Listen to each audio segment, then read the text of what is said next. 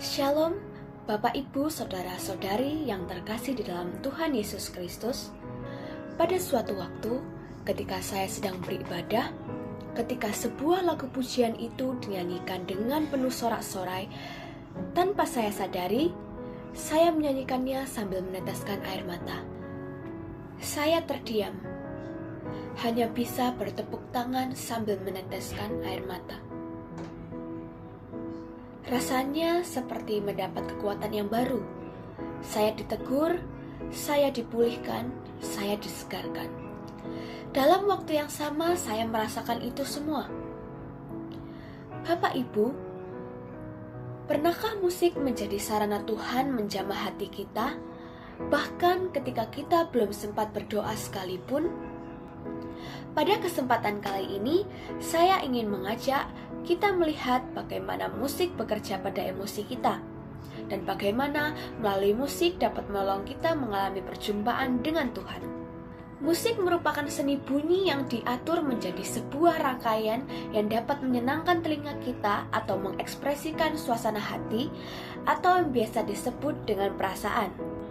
Penelitian Harvard Medical School melansir bahwa sebuah musik dapat memberikan efek neurologis kepada mental seseorang. Musik menstimulus pelepasan dopamin dan endorfin yang membuat kita lebih tenang dan stabil, sehingga kita lebih mudah tenggelam dalam hadirat Tuhan. Fenomena yang sering kita temukan dalam musik gereja adalah lagu-lagu yang lebih berfokus pada manusia daripada kepada Sang Pencipta. Nyanyian yang seharusnya menjadi ungkapan cinta, syukur kita, dan kekaguman kita kepada Allah sering berubah menjadi ratapan tentang pergumulan pribadi. Akibatnya, fokus ibadah bergeser pada persoalan duniawi, bukan pada Tuhan yang jauh lebih besar dari segalanya. Musik gereja yang benar seharusnya membawa kita kepada ketaatan, kesucian, dan pertobatan yang membawa kita semakin dekat kepada Tuhan dan melakukan kehendak-Nya.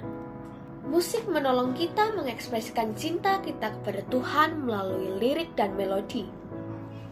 Lagu rohani menjadi bermakna ketika dipahami berdasarkan firman Tuhan, sehingga iman kita dibangun dan hidup kita memuliakannya.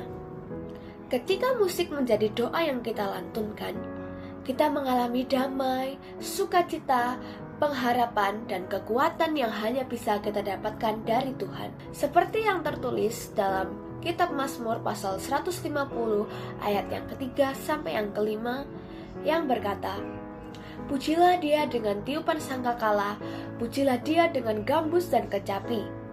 Pujilah Dia dengan rebana dan tari-tarian, pujilah Dia dengan permainan kecapi dan seruling. Pujilah Dia dengan ceracap yang berdenting, pujilah Dia dengan ceracap yang berdentang." Ketika kita membiasakan diri untuk memuji dan menyembah Tuhan, kita bisa lebih mudah untuk masuk dalam hadirat Tuhan dan berjalan dekat dengannya.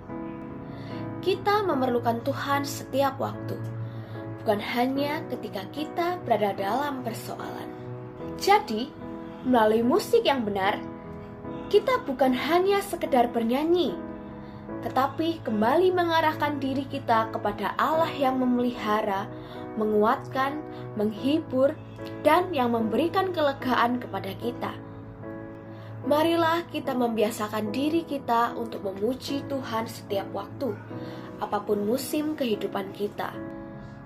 Kiranya setiap lagu yang kita nyanyikan dan setiap lagu yang kita dengarkan dapat benar-benar membawa kita semakin tunduk kepada Tuhan dan hidup semakin serupa dengan Kristus.